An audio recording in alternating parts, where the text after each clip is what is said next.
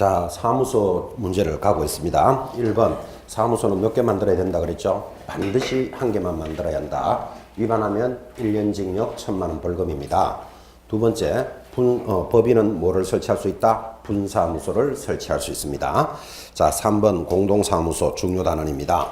공동사무소 옆에는 합동사무소라고 한번 적어보십시오. 이 공동사무소를 이전에는 합동사무소라 그랬습니다. 근데 이제 법이 개정되면서 용어가 바뀌었죠. 공동사무소. 그러면 옛날에는 합동사무소다 그런 뜻이에요. 여러분 지금 밖에 나가면 사회에 합동사무소라는 간판을 여러분 본 적이 있습니다. 어디서 봤을까요? 기억 안 나십니까? 지금부터 유심히 보시기 바랍니다. 법원이라든지 뭐 구리 같은 데도 등기소 이런 거 있잖아, 그죠? 앞에 지나가다가 보면 변호사 합동사무소 이런 간판 봅니다. 법무사 합동사무소 이런 걸 보는데 그 합동사무소를 중개사법에서는 뭐라고 부른다? 공동사무소다 이렇게 부른다, 그죠?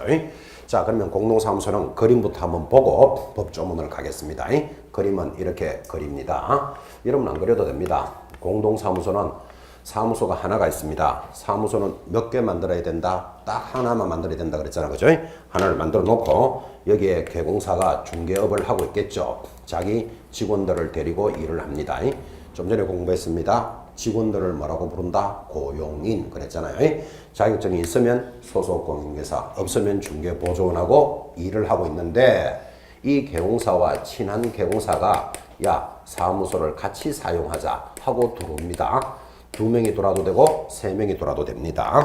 자, 그러면 이 그림을 딱 보니까 사무소는 반드시 하나만 둬야 된다 그랬잖아요, 그죠? 사무소는 하나인데 사용하는 개공사들이 여러 명이 공동으로 사용을 합니다.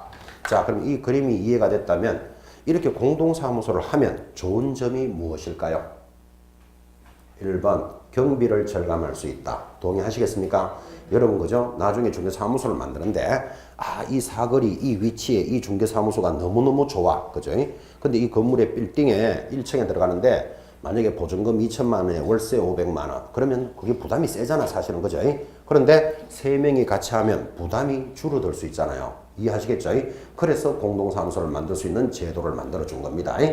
딱 보는 순간 경비를 절감할 수 있다. 동의하시겠습니까? 두 번째는 경비도 절감되지만 혼자서 일하는 것보다는 일거리를 더 많이 관리할 수도 있겠죠. 우리는 이것을 시너지 효과다 이런 표현을 하는데 업무를 효율적으로 할 수 있기 때문에 공동사무소라는 제도가 도입이 됩니다.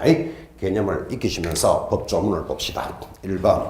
자, 지금 말로 설명했습니다. 설치 목적. 개공사는 업무의 효율적인 수행을 위하여 줄 것입니다. 다른 개공사와 다른 개공사에 줄 닦아놓고 사무소를 공동으로 사용할 수 있다. 법에 이렇게 들어왔습니다.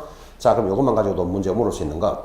공동사무소는 반드시 설치해야 한다. OX, XX 할 수 있다. 해도 되고 안 해도 되는 사항이다. 됐습니까? 그 다음에 다른 개공사와 하면서 다른 개공사의 밑줄을 닦았죠. 그죠? 그러면 다른 개공사니까 여러분들이 너무나 잘 알다시피 다른 개공사라면 법인은 법인끼리만 공인중개사는 공인중개사끼리만 설치할 수 있었어요. 그래서 우리는 그것을 끼리가 원칙이었는데 지금은 다른 개공사와 했으니까 안끼리도 가능하다. 여기까지 딱 잡으셔야 돼요.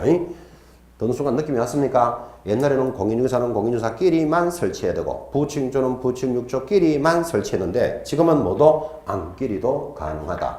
시험에서 안끼리도 가능합니까? 이렇게 묻지는 않겠죠. 혼합해서 구성할 수 있다. 여기 아주 중요하게 바뀌었습니다. 다른 개공사와 할 수 있다 그랬지 자기들끼리만 해야 된다라는 표현은 없잖아 지금. 그죠?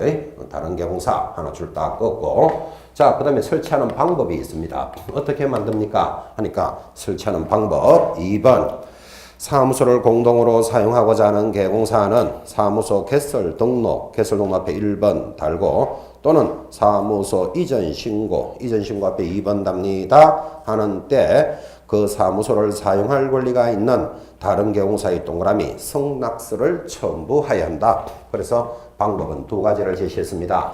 첫째, 등록을 하는 방법이 있고 2번 이전 신고를 해서 만듭니다. 이 말이겠죠. 자, 여기 이 개공사가 사무소를 갖추고 있었습니다. 그런데 나는 내 친구하고 같이 공동사무소를 할 거야 라고 이렇게 뭐를 하면 된다? 이전을 해서 만드는 방법이 있고, 그 다음 이 개공사는 완전 신참입니다.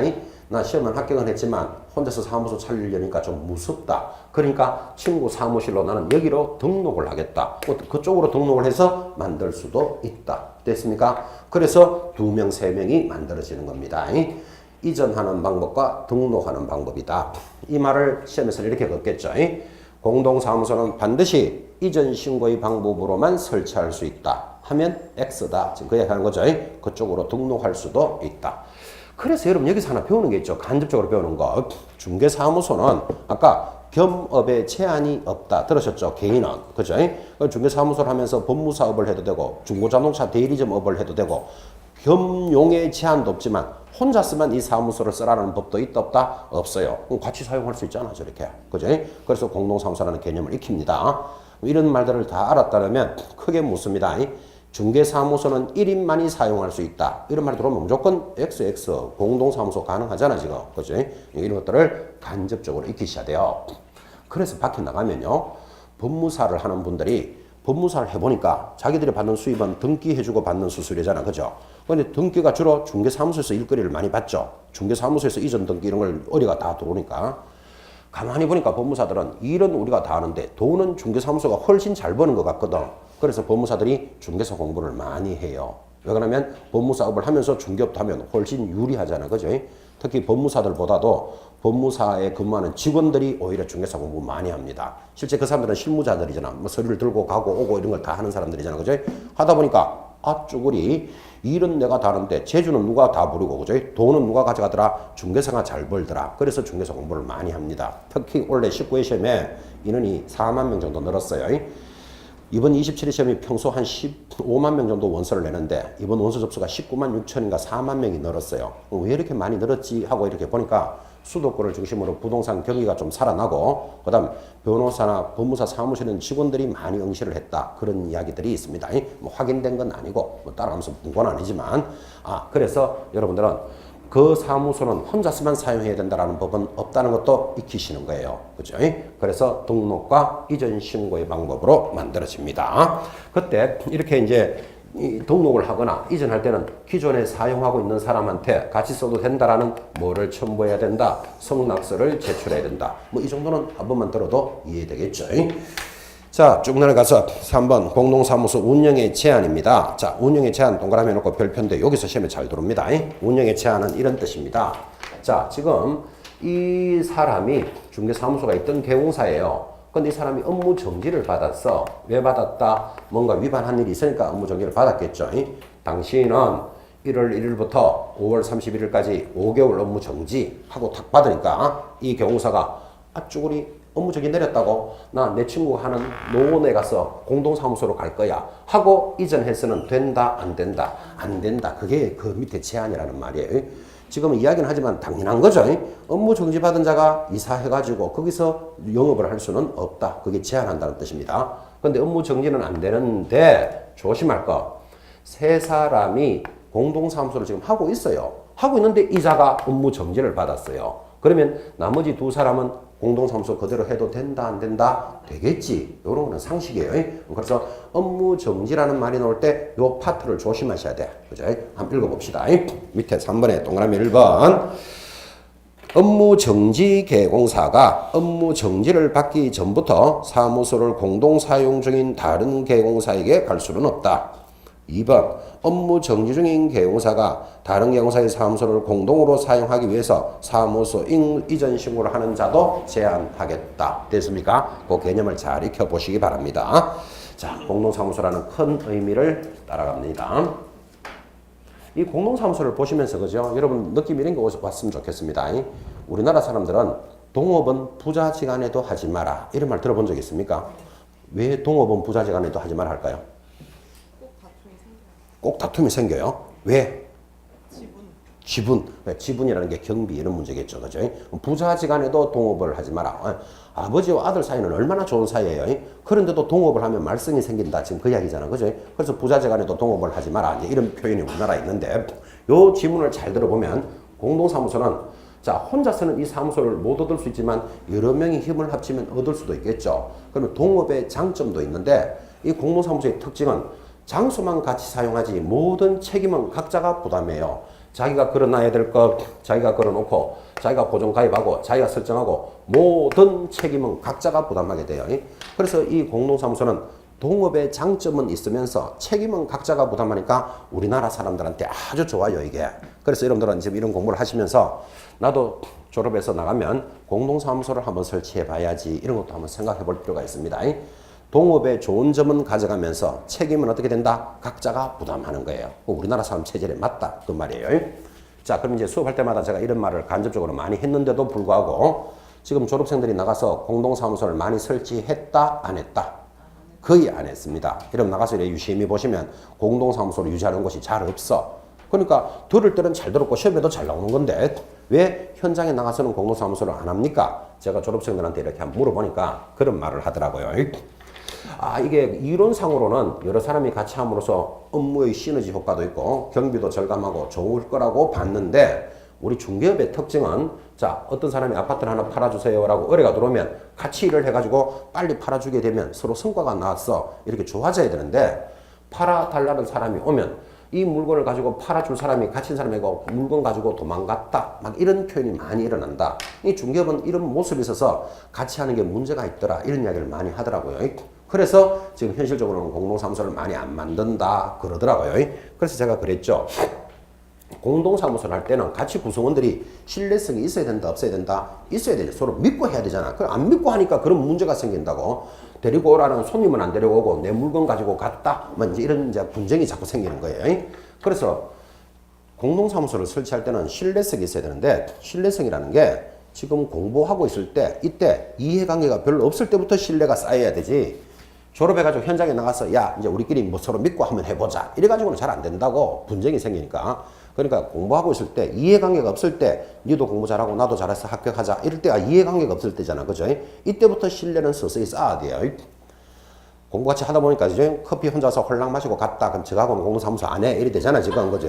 커피도 한 잔씩 돌리고 인격도 좋고 인간성도 좋고 공부도 열심히 하고 또 계속 결석 안 하고 성실하게 나오네. 저래야 그때부터 신뢰라는 게 쌓여 나가야 되지, 사회에 나가서 지금부터 신뢰를 쌓자 해갖고는 안 되더라고. 지금부터 이제 여러분들 커피만 혼자서 홀랑 마시고 가거나 노상 시간에 엎드리고 자다가 집에 가는 자, 저런 사람하고는 절대로 공동사무소 안 하는 거예요. 지금 이 자리부터 성실하게 살아야 돼. 무슨 이야기인지 알아서 듣기 바랍니다.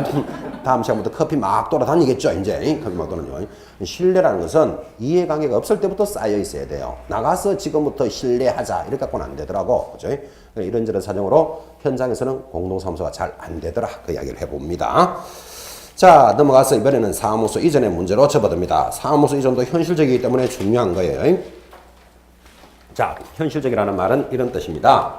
사무소를 이전하는 문제입니다. 그래서 우리는 중개사무소를 이전한다. 아주 현실적에서 시험도 매번 들어오는데 이전을 이렇게 이해하시면 될까요? 자, 여기가 노원구입니다. 노원구 상계동에서 중개업을 하는 자가 이전을 합니다. 어디? 막 강남으로 갑시다. 강남구에 가면 역삼동 이런 데가 있어요. 그러면 상계동에 있던 자가 역삼동으로 왜 이전할까요? 왜 이전하기는 잘 될 것 같아서 하고 싶어서 그렇게 이전합니다. 이게 사무소 이전입니다.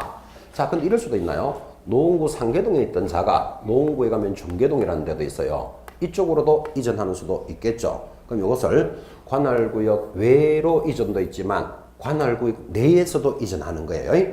자, 이렇게 사무소 이전하는 방법이 두 가지인데 모든 절차에서 가장 중요한 건 사무소 이전은 사후 신고제가 도입되어 있습니다. 며칠 내로? 10일 내로인데 사후 신고제라는 말은 이사부터 가고 신고합니다. 어디든지 내가 가고 싶은 곳으로부터 가고 신고하는 사후 신고제가 도입되어 있다. 이게 제일 중요합니다. 예전에 여러분들은 이사해 봤습니까? 중개사무소 말고 자기 집을 이사해 봤냐고. 그때 이랬습니다. 이사할 때는 먼저 전출 신고합니다. 내가 어디로 이사 가겠다고 전출 신고하고 그 다음에 이사 가는 곳에서 전입 신고합니다. 예전에 이사는 그렇게 했었어요. 얼마나 절차가 까다로웠어요. 근데 지금은 이사하는 것조차도 우리 전산이 발달되어 있기 때문에 가고 싶은 곳으로 어디든지 먼저 가놓고 여기에 나 이사 왔소만 신고하면 돼요. 이사를 하고 신고하니까 이를 뭐라 부른다? 사후 신고제가 도입돼 있다. 아주 중요한 취지입니다. 자, 조문 한번 봅시다. 사무소 이전 첫째 줄에 보면 신고기한 해놓고 개공사는 중개사무소를 이전할 때입니까? 한 때입니까? 한때. 거기 동그라미 넣으셔야 돼. 이런 거를 못 찾으니까 점수가 안 되더라고. 자, 이전한 때는 이 말은 이사부터 하고 신고하라 이 말이잖아 지금. 그죠? 근데 이거를 여러분들을 이전할 때는 이래 놓으면 틀린 걸 찾아내겠냐고. 그죠? 여기다 적어놔야 돼요. 할 때 X 이런 거 표시해 놓으셔야 된다고. 이런 거를 유심히 안 보면 글자 리얼 하나에 한 문제씩 핑핑 날아다닙니다.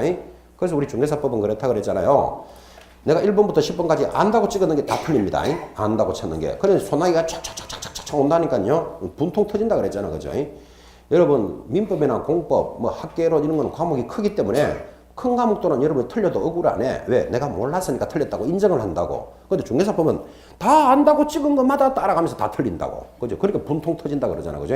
뭐를 놓쳤기 때문에? 이런 거를 놓치기 때문에. 10일 이런 거는 나중에 다 절절절절 외운다니까요. 이전 한 때는 나가지 이전할 때가 아닙니다. 사후 신고제입니다. 이전부터 하고 한 날로부터 며칠 내로 10일 내로 이전 사실을 신고하는데 1번 내려가면 관할 내의 이전은 등록관청에 관할 외의 이전은 이전 후 등록관청에 합니다. 지금 이 소리 하고 있는 겁니다. 자, 여러분이 노원 상계동에서 중개업을 하던 자가 강남구 역삼동으로 갔다. 그러면 이사부터 가고 간 날로부터 10일 내로 어디에 해라? 강남구청에 해라 이 말이에요. 이전 후 등록관청에. 또 노원 상계동에서 중계동으로 갔다. 그러면 등록관청이 노원이니까 노원구청에 하면 된다. 지금 그 이야기죠. 장소도 잘 보시고 바로 밑에 박스 첨부 서류 시험에 잘 나옵니다. 1번 등록증 가져갑니다. 등록증의 밑줄. 2번 건축물 대장에 기재된 건물의 사무소 확보 서류, 사무소 확보 서류 줄 닦았습니다. 자, 줄은 꺼드렸고 주목합니다. 자, 여러분이 노원 상계동에서 중개업을 하는 자가 강남구 역삼동으로 이전을 했다. 그러면 이사부터 하고 강남구청에 가져가야 될 서류가 뭐다? 1번 줄 거잖아요. 등록증 가져갑니다. 2번 뭐다? 사무소 확보 서류. 이런 소리 하고 있죠. 자, 노원 상계동에서 중개업을 하는 자가 이사를 갔으니까 노원에서 등록증을 받았겠지. 등록증 해놓고 뭐 상계동 15번지에 있는 미래공인중개사 노원구청장이 발급을 했겠죠. 자, 이제 이 사람이 강남으로 이전했으니까 이 등록증을 딱 갖다 내야 어디서 이사 왔다라는 것을 알게 된다고. 그럼 등록증을 딱 갖다 내면 이번에는 이제 강남구청장이 등록증을 새로 만들어 주겠죠. 이 등록증 역삼동 15번지에 있는 강남구청장이 만들어 준 것을 사무소에 게시하고 그래서 영업을 해야 되는 거라. 그죠? 그래서 등록증 제출합니다. 두 번째, 내가 역삼동에 들어왔다는 것은 무엇으로 나타낸다? 무엇으로 나타낸다? 사무소 확보 서류. 그래서 이게 두 가지가 제출 서류예요. 자, 역삼동에 들어왔다는 서류는 어떤 게 있을까요? 그렇지. 사무소나 얻었으면 임대차 계약서, 샀으면 매매 계약서. 내가 여기 점포가 있던 사람이에요. 그러면 법인 건물 등기부 등본. 그게 내 거라는 걸 나타내는 서류잖아. 사무소를 나타내는 서류. 그거를 가져가는 거예요. 우리 공부하는 수험생들은 사무소 이전에 필요한 서류가 무엇입니까? 하면 등록증, 사무소 확보 서류. 이런 답은 잘해요. 근데 사무소 확보 서류가 뭡니까? 하면 몰라요. 이런 막 날 새는 거예요, 공부. 자, 사무소 확보 서류. 첫째 뭐? 그 임대차 계약서 또는 매매 계약서 또는 건물 등기부 등본. 그래, 그게 사무소를 확보했다는 소리잖아. 그죠? 우리끼리 말하면 그 중에서 어느 게 제일 많을까요? 뭐 잘 모르지만 임대차 계약서가 제일 많겠나? 그죠? 그래서 가져가는 거 두 개 탁 잡으셔야 돼요. 이게 관할구역 외로 갔을 때도 서류지만 내로 갔을 때도 똑같아. 한번 봐요. 여러분 노원 상계동에서 영업하던 자가 중계동으로 이전했다. 그러면 이사부터 하고 한 날로부터 10일 내로 노원구청에 가져갈 때 뭐 가져가야 된다? 똑같아. 등록증 가져가야 돼요. 왜 가져가야 돼요? 상계동 15번지를 이제는 뭐 중계동 17번지로 고쳐줘야 되잖아. 주소를 고쳐줘야 되잖아. 그죠? 그래서 등록증 제출해야 돼요. 두 번째 뭐 제출해야 돼요?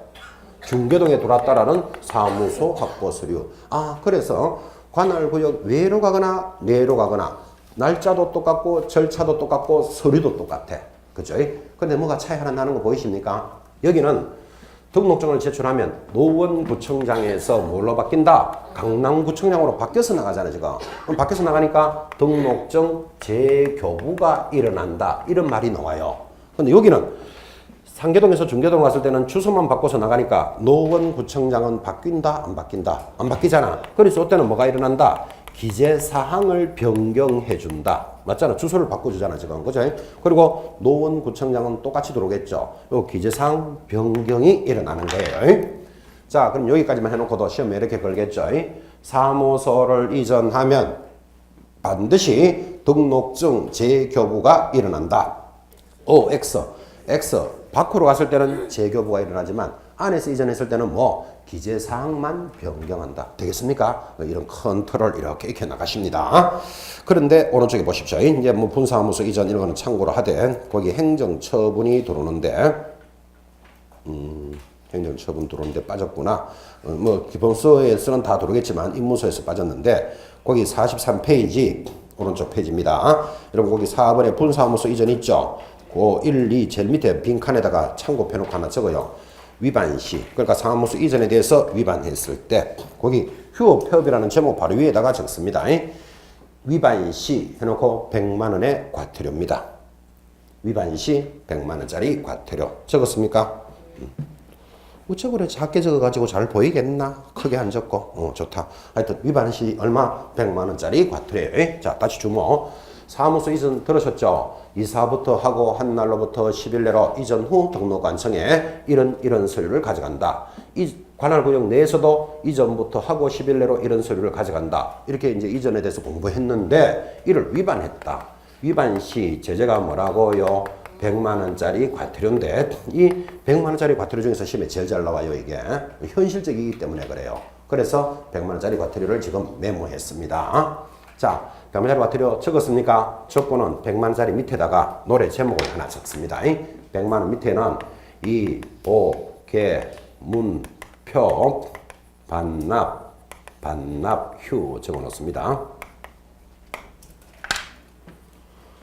위반 시 100만 원짜리 과태료 줄 거 놓으시고 100만 원짜리 과태료 노래 제목이 뭐죠?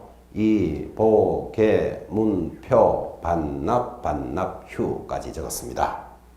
적었습니까? 자, 이제 이게 무슨 말인지는 모르겠지만 앞으로 100만 원짜리 과태료가 제일 낮은 과태료거든요.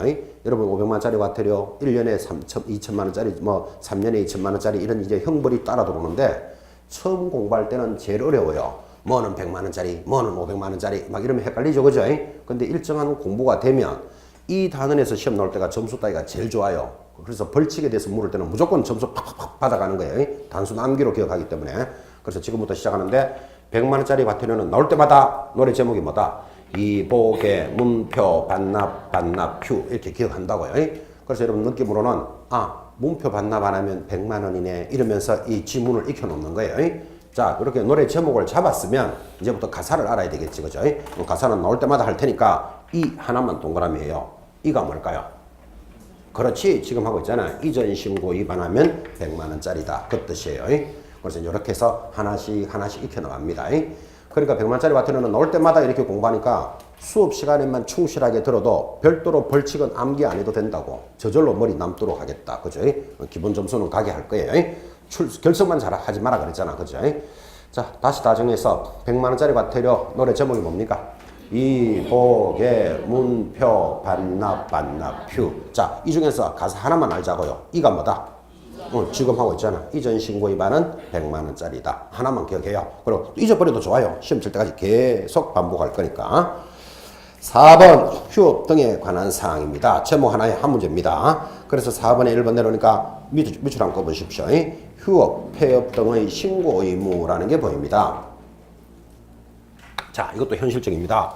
중개업을 하던 자가 좀 쉬고 싶다. 쉬고 싶다를 뭐라 그러죠? 휴업한다. 폐업은 왜 하지요? 그만하고 싶다. 이걸 폐업이라고 합니다. 그럼 언제든지 휴업하고 언제든지 폐업할 수 있는데 폐업하고 휴업할 때는 반드시 신고를 해야 된다라는 제도입니다. 아주 가벼우면서 시험에 잘 나옵니다. 자, 하단에 보니까 신고 의무자, 개공사, 신고 의무 사유 첫째 줄 것입니다. 3월을 초과하여 휴업 줄 닦아놓고 3월 초과할 때는 휴업 신고를 합니다. 넘어가면 신고 방법 3번. 자, 한번 읽어보고 정리합시다.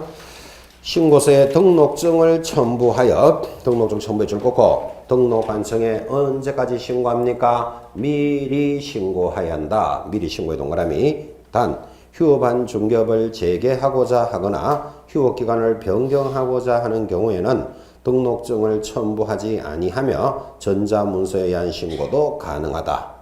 4번 신고기한 사전 신고 됐고 5번 위반 시의 제재 줄 것입니다. 100만원짜리 과태료까지 줄 것입니다. 그리고 큰 2번입니다. 줄자 꽂고 별표. 개공사의 사망에 의한 폐업 신고 의무는 뭐 삭제되었다. 그거 줄자 꽂고 별표. 하나만 더 읽읍시다. 휴업기간의 제한 1번 원칙은 휴업은 얼마? 6개월을 초과할 수는 없다. 같이 읽었습니다. 자, 지금 읽었던 조문을 앞으로 그림으로 많이 전달을 할 겁니다. 지금 그 지문들을 쭉 정리해보면 이 말입니다. 3월을 초과하여 휴업할 때는 미리 신고해야 된다. 그때는 등록증을 첨부하여 신고해라 그랬습니다. 자, 지금 이제 이렇게 이름 줄 꺼드렸고 제가 옮겨 적었는데 요것만 보고도 문제를 3개를 냅니다. 요것만 가지고 문제를 3개 내는데 3개나 다 틀리는 사람이 있습니다. 보고도 대답하면서 보고 대답해봐요. 지금부터. 자, 문제 냅니다. 개공사는 언제든지 자유롭게 휴업하거나 폐업할 수 있다. OX. 그리고 언제든지 휴업하거나 폐업할 수 있습니다. 그러나 휴업을 하고자 하는 자 등록증을 첨부하여 미리 신고해야 한다. OX.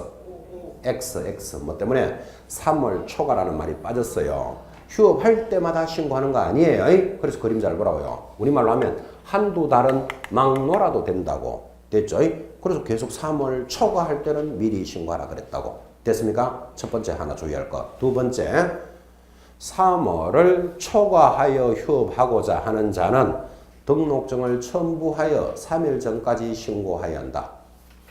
X, 3일 전이 아니고 미리 신고하라 그랬잖아요, 지금. 그죠? 이런 걸 놓치면 안 된다고. 보고도 틀린다 그러잖아요, 지금. 그죠? 여러분, 3일 전에 신고하는 것하고 미리 신고하는 것하고 같다, 다르다? 다르지. 지금이 11월 말입니다. 나는 12월 1일부터 휴업할 거야를 미리 신고하니까 지금 해도 돼. 근데 법에서 3일 전까지 신고해야 된다. 그러면 11월 28일까지는 신고해야 된다. 이 말이 되잖아. 11월 1일날 신고해도 된다니까요. 미리 신고하라 그랬지. 누가 3일 전까지 하라 그랬는데.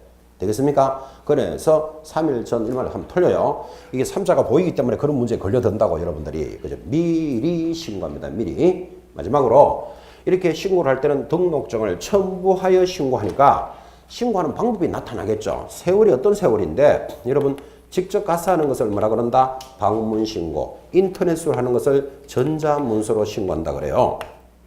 지금 3월을 초과할 때는 등록증을 첨부하여 미리 신고하라 그랬죠. 그때는 방문신고와 전자문서가 있으면 둘 다 된다? 하나만 된다? 둘 다 된다? 하나만 된다? 무조건 하나만 된다고. 방문신고만. 왜 그럴까요? 등록증을 첨부하라 그랬잖아. 인터넷으로 할 수가 없잖아. 그죠? 이때는 전자문서가 안 되는 거예요. 그런데 앞으로 이제 세월이 이렇기 때문에 전자문서로 신고한다는 말이 굉장히 중요해요. 왜 그러면 개공사를 편리하게 해주는 거기 때문에 요때만 방문신고고 나머지들은 전부 다 전자문서예요. 그러니까 여러분들은 언제는 방문신고하고 언제는 인터넷으로도 할 수 있고 이러면 정신없어져. 그러니까 첫 번째만 딱 잡아야 돼. 왜 방문신고한다? 등록증을 갖다 내야 되니까. 그죠? 요때만 방문신고고 나머지들은 전부 방문도 되고 전자도 됩니다. 자, 그럼 이제 첫 번째 조문을 설명했고 근데 여러분 이런 건 늦게 안 되겠어요? 3월을 초과할 때는 미리 신고하라고 그랬으면 언제까지는 휴업해야 된다라는 기간이 있어야 된다? 없어야 된다? 있어야 되지. 만약에 이 기간을 안 만들어 놔버리면 3월을 초과할 때는 신고하라. 그러니까 어떤 놈이 나 120년 휴업할게. 이거 웃기는 소리잖아. 그죠? 120년 살지 안 살지도 모르는데 나는 15년 동안 휴업할게. 이게 말이 된다 안 된다? 안 되잖아. 40년 휴업할게. 이런 말 안 되죠. 그러니까 6개월까지만 휴업할 수 있다는 제한이 있어야 된다 이 말이에요. 이걸 안 해놓으니까 어떤 사람이 40년 휴업할게 하고 왔어요. 왜 40년 하는데? 하고 물으니까 나는 휴업기간이 끝나지 않아서 못 간다고 전해라. 그러려고 40세까지 한다. 이런 소리 하고 있으면 웃기는 소리 되는 거예요. 그래서 휴업은 얼마를 초과할 수 없다? 6개월을 초과할 수 없다. 아까 제안해 보셨잖아요. 그런데 교재 내려가면 2번 예외적으로 부득이한 사유가 있으면 6월을 초과하여 휴업할 수 있다. 이랬잖아. 그죠? 그러니까 이 말을 하잖아요. 자, 휴업은 6개월까지만 딱 해야 돼. 그런데 부득이한 사유가 있어요. 부득이한 사유, 첫째 뭐? 징집으로, 질병으로 인한 요양 찾았습니까? 요양, 동그라미. 둘째, 징집으로 인한 이병, 동그라미. 3번, 취학, 동그라미. 취학이 무슨 뜻이죠? 학교 가는 거 학교. 자, 부득이한 사유가 뭐다? 병으로 입원했다. 요양할 때는 부득이한 사유가 있으면 6개월을 초과할 수 있다. 지금 이 말이에요. 군에 가는 것을 뭐? 이병 그래요. 3번, 취학의 사유가 있다면 뭐 할 수 있다? 6개월을 초과하여 병경 신고할 수 있다. 이 말이에요. 근데 제가 적어놓기는 적어놨지만 당연한 거죠. 그죠? 만약에 병으로 요양을 하는데 네 6개월을 초과할 수 없다. 그 말은 6개월 만에 다 나서야 된다. 이 말인데 병이 내 마음대로 낫는 것도 아니잖아. 지금. 그죠? 6개월 초과할 수 있고. 입병하는 거 당연히 6개월 초과할 수 있겠죠. 그 다음 취학. 예를 들어서 여러분들이 중개업을 하시다가 나 부동산에 공부를 좀 더 해야 되겠다. 그래서 부동산 대학원에 가야 되겠다. 대학원은 보통 2년 코스거든요. 그러면 이때는 6개월 이상 초과할 수 있다. 이 뜻이에요. 이 부득이한 사유도 한 번은 드러나야 돼. 시험에 나왔기 때문에. 이런 부득이한 사유가 있을 때는 6개월을 초과해서 변경 신고할 수가 있습니다. 이제 마지막 하나. 자, 6개월 동안만 휴업해야 되니까 휴업은 끝나면 다시 일해야 되잖아요. 다시 일하는 것을 재개 신고라 그래요. 그런데 부득이한 사유가 있으면 여기서 재개하겠지. 끝나고. 그래서 재개 신고를 해야 되는데 왜 신고를 해야 되는가 하면 등록증을 갖다 내놓고 지금 영업하고 있죠. 그러면 이제 휴업이 끝나고 나면 등록증을 돌려받아야 되잖아. 돌려받으려면 그냥 막 해야 된다. 신고를 해야 돌려준다. 신고를 해야 돌려주니까 재개 신고라는 말이 있고 언제까지 돌려준다? 적시 반환하도록 돼 있어요. 그래서 재개 신고 한번 봅시다. 45페이지 제일 상단 재개업 신고 1번 개공사가 휴업 신고를 한 후 재개업을 하고자 하는 경우에는 휴업기간이 만료되기 전이라도 재개업할 수 있으나 재개업하기 전에 등록관청에 줄 거에 대해 재개업 신고를 해야 한다. 2번 그때 휴업기간이 만료되었다 하여 즉시 재개업을 할 수는 없고 재개업을 하기 전에 등록관청에 재개업 신고를 합니다. 이때 재개업 신고를 하면 2번 등록증의 반환하여 재개업 신고를 받은 등록관청은 반납받은 등록증을 언제까지 반환해 줍니까? 적시 반환하여야 한다. 적시 동그라미. 요 적시 반환한다를 그죠? 7일 내로 반환해야 한다. 이런 문제가 들어오면 여러분 걸려들어요. 밑에다가 7일 X 이런 거 적어놔야 돼. 자, 근데 이거를 어떤 거는 7일, 어떤 거는 10일 정신없네요. 정신없는 게 아니고 정리를 하셔야 돼요.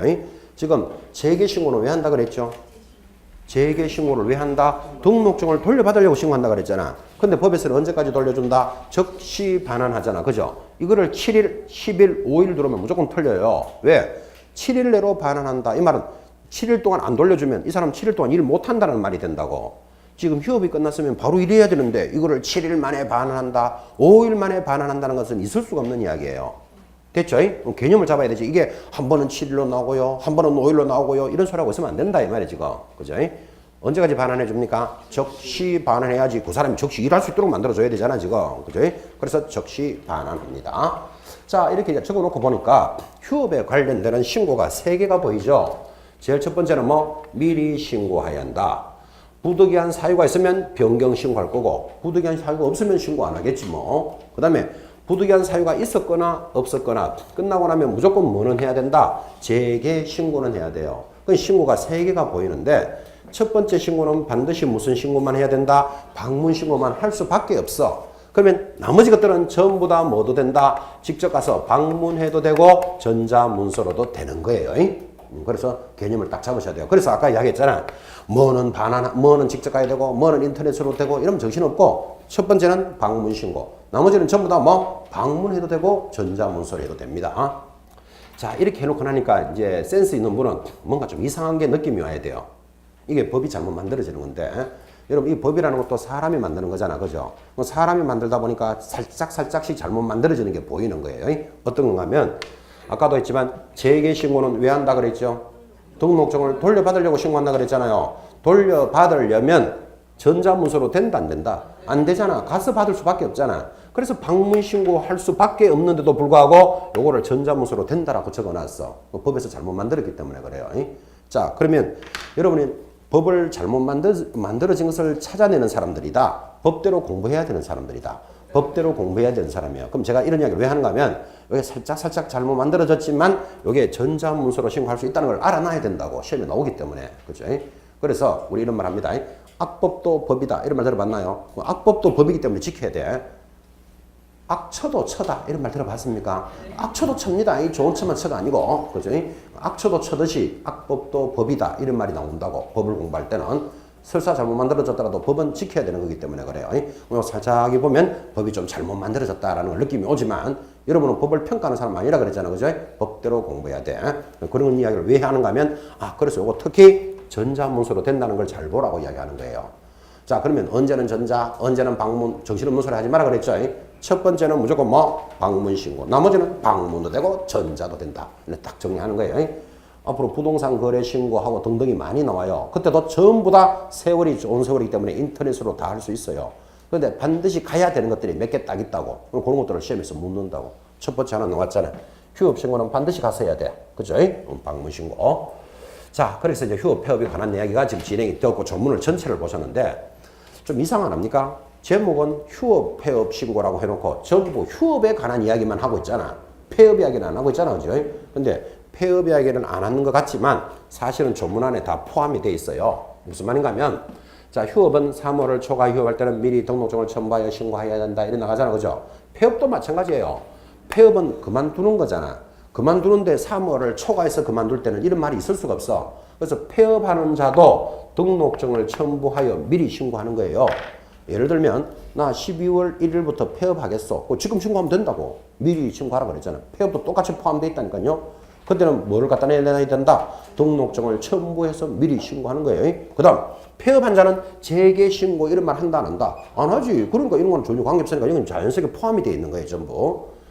자, 그런데 이 휴업이나 폐업도 중요한 게 미리 신고해야 돼. 사전에 신고해야 되는데 폐업했는 자가 사전에 신고 못할 때가 있어요. 언제? 그래, 아까 줄 것 같다고. 개공사가 사망을 했을 때는 미리 신고할 수가 있다 없다? 없잖아.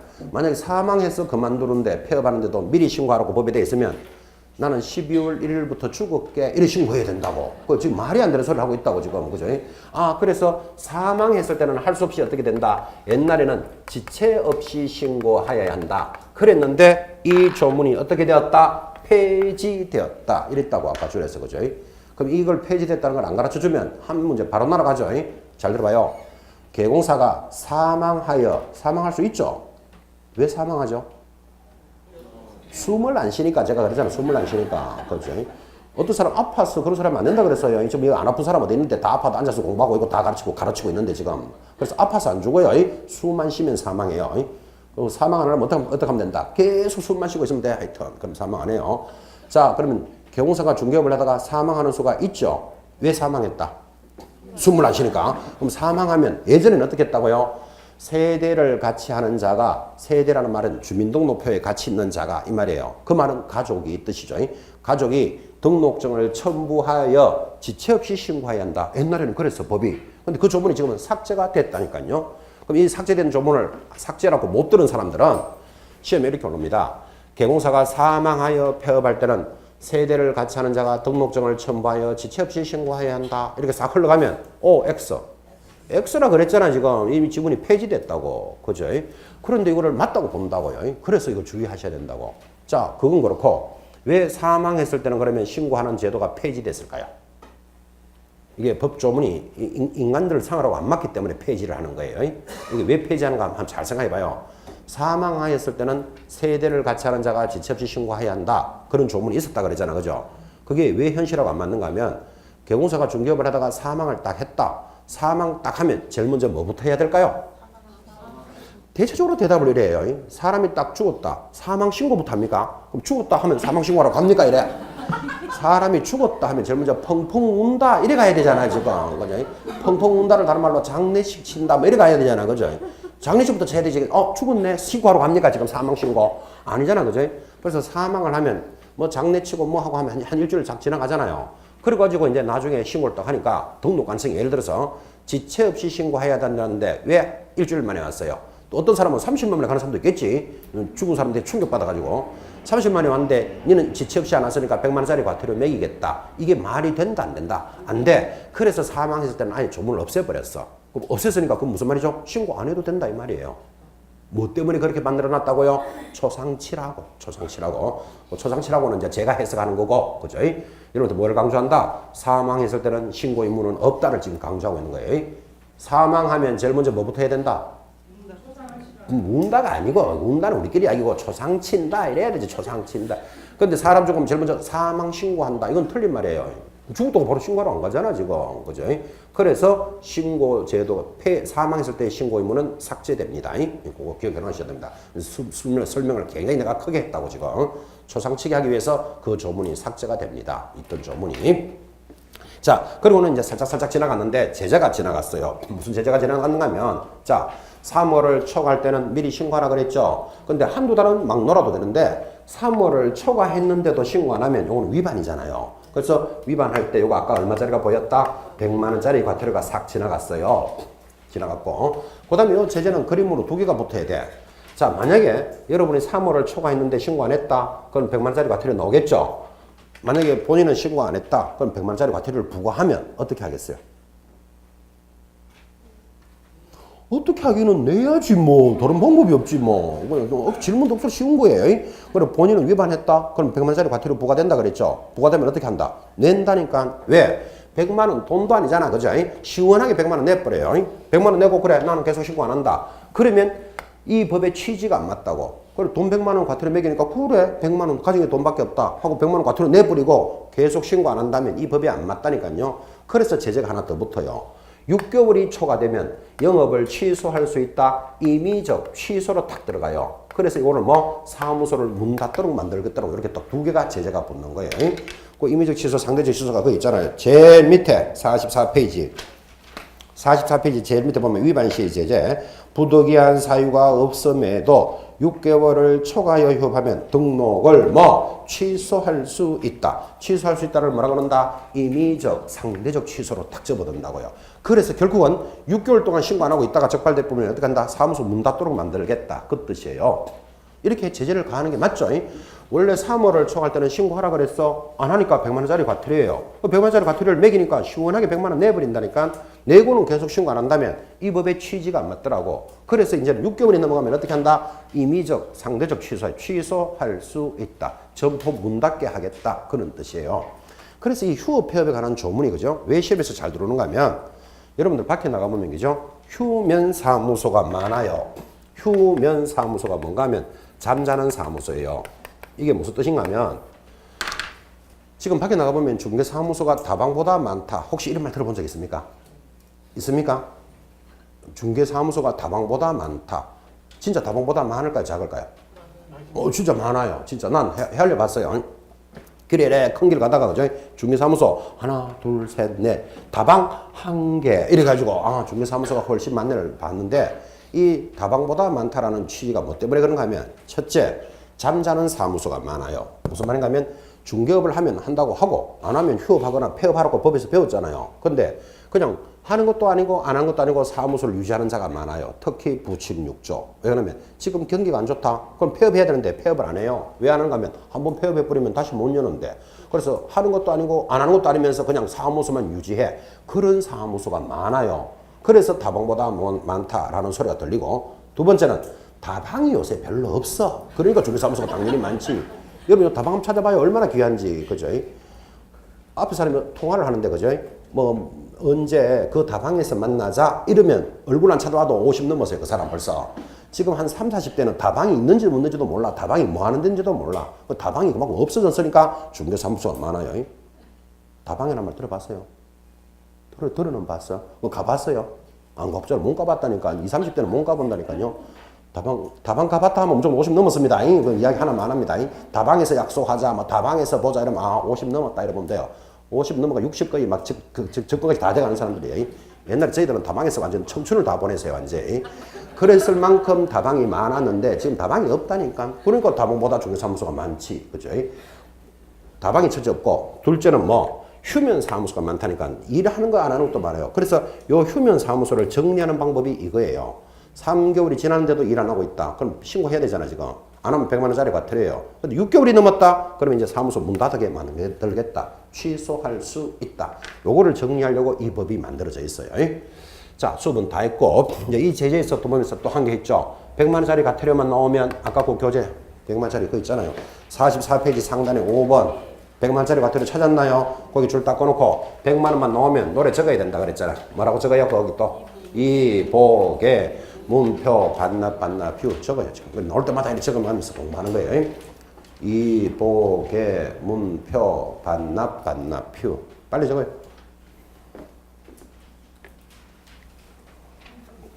적었습니까? 자, 적어놓고 어디 동그라미 해야 될까요? 그렇지. 이제 센스 좀 오죠. 휴 동그라미 해놓고 휴가 뭐다? 휴업 폐업 신고는 100만 원짜리 과태료. 이제 그래서 하나씩 따라가는 거예요. 자, 배운 거 물어봅시다. 노래 100만 원짜리 과태료 노래 제목이 뭐다?